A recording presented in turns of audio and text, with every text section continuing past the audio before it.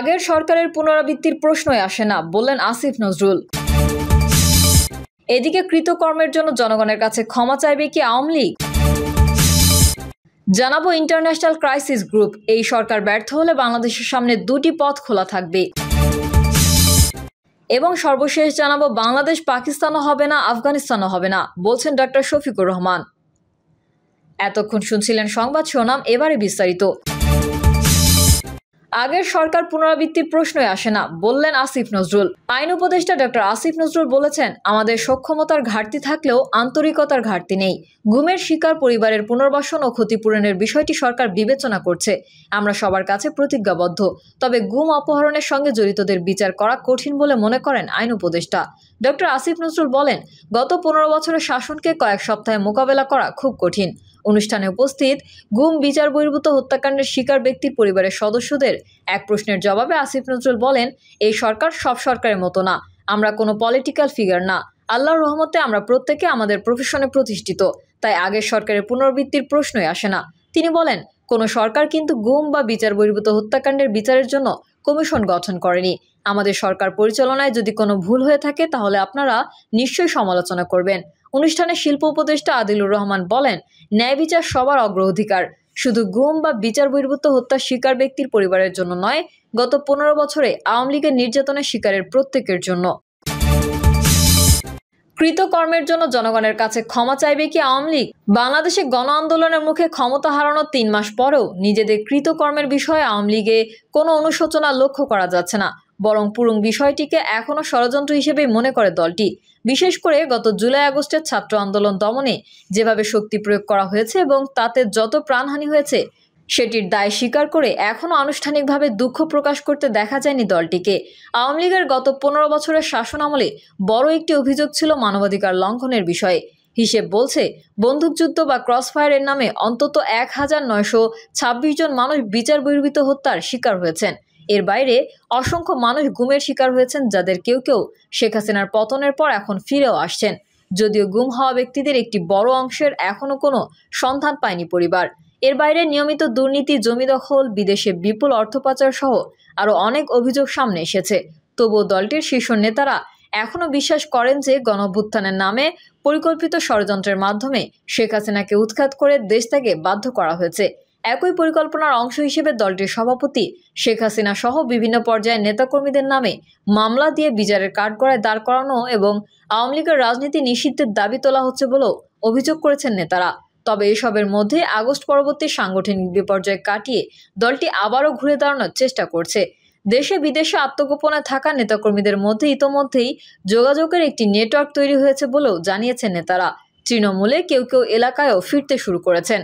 কর্মী সমর্থকদের মনোবল চাঙ্গা করতে গণঅভ্যুত্থানের 3 মাস পর সম্প্রতি আনুষ্ঠানিকভাবে প্রথম কর্মসূচি দিতে দেখা গেছে আওয়ামী লীগকে। তবে এখনই সরকার বিরোধী আন্দোলনে নামার পরিকল্পনা করছে শীর্ষ নেতাদের কেউই স্পষ্ট করে কিছু বলেনি, বরং দ্রব্যমূল্য, আইন শৃঙ্খলা নিয়ন্ত্রণ সহ বিভিন্ন ইস্যুতে সাধারণ মানুষের মধ্যে এখনও যে হতাশা ও অসন্তোষ দেখা যাচ্ছে সেটি সামনে আরও বেড়ে অন্তর্বর্তী সরকার কতদিন জনসমর্থন হারায় আপাতত সেটি দেখার অপেক্ষা করছেন তারা। তবে বিদেশে আত্মগোপনে থেকে শীর্ষ নেতাদের বাংলাদেশে কর্মসূচি ঘোষণা করা নিয়ে দলটির তৃণমূলের নেতাকর্মীদের অনেকের ক্ষোভ দেখা গেছে। তারা বলছেন, এর মাধ্যমে তারা দেশে নেতাকর্মীদের আরও বিপদের মুখে ফেলছেন। যদিও বিশ্লেষকরা বলছেন, সরকার ব্যর্থ হলেও নিজেদের কৃতকর্মের জন্য জনগণের কাছে ক্ষমা না চাইলে মাঠের রাজনীতিতে ফেরা আওয়ামী লীগের জন্য কঠিন হবে। ইন্টারন্যাশনাল ক্রাইসিস গ্রুপ, এই সরকার ব্যর্থ হলে বাংলাদেশের সামনে দুটি পথ খোলা থাকবে। অভ্যুত্থানের মুখে সাবেক প্রধানমন্ত্রী শেখ হাসিনার পতনের 3 মাস পর বাংলাদেশের অন্তর্বর্তী সরকারের সংস্কার এজেন্ডা আরও স্পষ্ট হয়ে উঠেছে। সেই সঙ্গে স্পষ্ট হচ্ছে সুপ্ত বিপদগুলো। নোবেল বিজয়ী মোহাম্মদ ইউনূসের নেতৃত্বে এই প্রশাসন আরও 1 বছর এবং সম্ভবত আরও দীর্ঘ সময়ের জন্য ক্ষমতা ধরে রাখবে বলে মনে করা হচ্ছে। হাসিনা শাসনের 15 বছর পর বাংলাদেশের শাসন ব্যবস্থার উন্নতির জন্য এবং আরেকটি স্বৈরাচারী শাসনের উত্থান ঠেকানোর জন্য এমন একটি সুযোগ এসেছে যা একটি প্রজন্ম একবারই আসে। অন্তর্বর্তী সরকার ব্যর্থ হলে বাংলাদেশ আগের অবস্থায় ফিরে যেতে পারে অথবা সামরিক শাসনের দিকে যেতে পারে। বাংলাদেশে শেখ হাসিনা সরকারের পতনের পর ক্ষমতায় আসা অন্তর্বর্তী সরকার 100 দিন পূরণ করতে যাচ্ছে আগামীকাল। এই উপলক্ষে একটি দীর্ঘ প্রতিবেদন প্রকাশ করেছে বেলজিয়ামের ব্রাসেলস ভিত্তিক অলাভজনক সংস্থা ইন্টারন্যাশনাল ক্রাইসিস গ্রুপ। বাংলাদেশের নতুন যুগ সংস্কারের প্রথম ১০০ দিন শীর্ষক প্রতিবেদনটিতে তারা বলছে, অন্তর্বর্তী সরকারের লক্ষ্য হওয়া উচিত আরও উচ্চাকাঙ্ক্ষী সংস্কারের জন্য জনসমর্থন ধরে রাখতে দ্রুত ফলাফল দৃশ্যমান করা। এই সরকারের অনেক বেশি সময় ক্ষমতায় থাকাটা এড়ানো উচিত এবং নতুন পদক্ষেপের বিষয়ে রাজনৈতিক দলগুলোর মধ্যে ঐকমত্য গড়ে তুলতে হবে। দেশের বাইরের পক্ষগুলোর উচিত সহায়তার হাত বাড়ানো। ভারতের উচিত বাংলাদেশের জনগণের মাঝে দেশটির ভাবমূর্তি মেরামতে কাজ করা। বাংলাদেশের অন্তর্বর্তী সরকারের সামনে অনেক বড় গুরুত্বপূর্ণ কাজ। ক্রমেই কর্তৃত্ববাদী হয়ে ওঠা শেখ হাসিনার গণঅভ্যুত্থানে পতনের ৩ দিন পর ৮ই আগস্ট দায়িত্ব নিয়ে নোবেল বিজয়ী ডক্টর মোহাম্মদ ইউনূসের নেতৃত্বাধীন সরকার দ্রুতই রাজনৈতিক শাসন ব্যবস্থা ও অর্থনীতি সংস্কারের সাহসী এজেন্ডার একটি চিত্র তুলে ধরেন। বড় ধরনের পরিবর্তনের জন্য জনগণের প্রবল আকাঙ্ক্ষার বিষয়টি তুলে ধরে অনেক বাংলাদেশী হাসিনার পতনকে দ্বিতীয় স্বাধীনতা হিসেবে অভিহিত করেছেন। এখন পর্যন্ত ইউনূস ও তার সহকর্মীদের প্রতি ব্যাপক সমর্থন রয়েছে, কিন্তু জনপ্রত্যাশার ভালো খারাপ দুই ধরনের পরিণতি রয়েছে। যদি সংস্কার আনতে অন্তর্বর্তী সরকার হোঁচট খায়, সম্ভবত এর পরিণতি দাঁড়াতে পারে সামান্য অগ্রগতি সহ একটি আগাম নির্বাচন। সবচেয়ে খারাপ দৃশ্যপটে সামরিক বাহিনী ক্ষমতা গ্রহণ করতে পারে। অন্তর্বর্তী সরকারকে তার সামাজিক অর্থায়নের ভিত্তিতে শক্তিশালী রাখতে কিছু দ্রুত অর্জনের প্রতি নজর দেওয়া উচিত। যখন এই সরকার মূল সংস্কারগুলোতে ঘিরে ঐকমত্য গড়ে তুলছে এবং দেশকে বিশ্বাসযোগ্য নির্বাচনের জন্য প্রস্তুত করছে, জাতীয় রাজনীতিতে একটি নতুন যুগের সূচনায় সাহায্য করতে আন্তর্জাতিক পক্ষগুলোর উচিত ইউনূসের প্রশাসনকে সমর্থন দেওয়া এবং বাংলাদেশের অর্থনীতিকে শক্তিশালী করা। ১৫ বছর ক্ষমতায় থাকার পর শেখ হাসিনার সরকার ব্যাপকভাবে অজনপ্রিয় হয়ে ওঠে। ক্ষমতা ধরে রাখতে তার সরকার পরিকল্পিতভাবে বাংলাদেশের প্রতিষ্ঠানগুলোর, বিশেষ করে পুলিশ, বিচার ব্যবস্থা ও আমলাতন্ত্রের স্বাধীনতা খর্ব করে। ব্যাপক মানবাধিকার লঙ্ঘন ও সরকার বিরোধীদের ওপর নিয়মিত দমনপীড়নের পাশাপাশি অর্থনৈতিক অব্যবস্থাপনা, চরম সামাজিক বৈষম্য ও ক্রমবর্ধমান দুর্নীতি, বিশেষ করে গত ৫ বছরে তার দল আওয়ামী লীগের সমর্থন দুর্বল করেছে। দলটি জানুয়ারির নির্বাচনে ব্যাপক জয় পেয়েছিল, তবে সেই জয় এসেছিল বিরোধীদের বর্জন এবং কম ভোটের উপস্থিতির কারণে। জুনের সরকারি চাকরিতে বিতর্কিত কোটা পুনর্বহালে সুপ্রিম কোর্টের সিদ্ধান্ত শিক্ষার্থীদের নেতৃত্বাধীন বিক্ষোভে স্ফুলিঙ্গের মতো কাজ করে, যা পরের মাসে গণবিস্ফোরণের রূপ নেয়। সারা দেশে ইন্টারনেট বন্ধ করে দেওয়া এবং মারাত্মক দমনপীড়ন সহ হিংস্রনীয় হাসিনার নৃশংস পদক্ষেপ ছাত্র আন্দোলনে জনপ্রিয় বিদ্রোহের রূপ নেয়, যা তাকে তড়িঘড়ি করে দেশ ছাড়তে বাধ্য করেছিল। হাসিনার বিদায়ে যে উচ্ছ্বাস দেখা দিয়েছিল তা টিকে আছে, কিন্তু সামনের পথে দৃঢ় বাস্তবতা ক্রমেই স্পষ্ট হচ্ছে। ইতোমধ্যে বাজে অবস্থায় থাকা অর্থনীতি ধীরে এগোচ্ছে। ১ মাসের বেশি সময়ের বিক্ষোভ এবং ক্ষমতা হস্তান্তর ঘিরে অনিশ্চয়তায় সেটি আরও ধাক্কা খেয়েছে। ইউনূসের সরকার প্রধানত বিক্ষোভ বিরোধী দমনপীড়নে ব্যাপকভাবে জড়িত একটি পুলিশ বাহিনীর ওপর নির্ভর করে আইনশৃঙ্খলা পরিস্থিতি স্বাভাবিক করতে হিমশিম খাচ্ছে।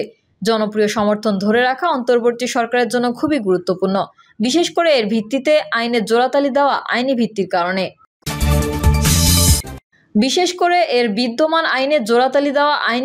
কারণে। দেশের শিক্ষা প্রতিষ্ঠানগুলোর পুনর্গঠনও হবে অনেক বড় অর্জন। আর অন্তর্বর্তী সরকার বাংলাদেশে এই যাবৎকালে সবচেয়ে অন্তর্ভুক্তিমূলক হলেও এর অনেক সদস্যের সরকার ও প্রশাসন পরিচালনায় তেমন অভিজ্ঞতা নেই। প্রধান রাজনৈতিক পক্ষগুলোর সমর্থন ধরে রাখা ইতোমধ্যেই চ্যালেঞ্জিং প্রমাণিত হচ্ছে। কেউ কেউ আগাম নির্বাচনের সুবিধার জন্য অবস্থান নিয়েছেন। এমনকি ইউনূসের মিত্ররাও সাংবিধানিক সংস্কার এবং হাসিনার শাসন আমলে সংগঠনটির নৃশংসতার জন্য জবাবদিহিতার মতো বিষয়গুলো নিয়ে ভিন্নমত পোষণ করে আসছেন। যদিও হাসিনার দল এখন বিশৃঙ্খল অবস্থায় রয়েছে, ইউনূসকে আওয়ামী লীগপন্থী গোষ্ঠীগুলো ও ব্যক্তিদের বাবার মুখে পড়তে হবে। পূরণ করা তো দূরের কথা, আকাশচুম্বী জনপ্রত্যাশা সামলানোই হবে খুবই চ্যালেঞ্জ।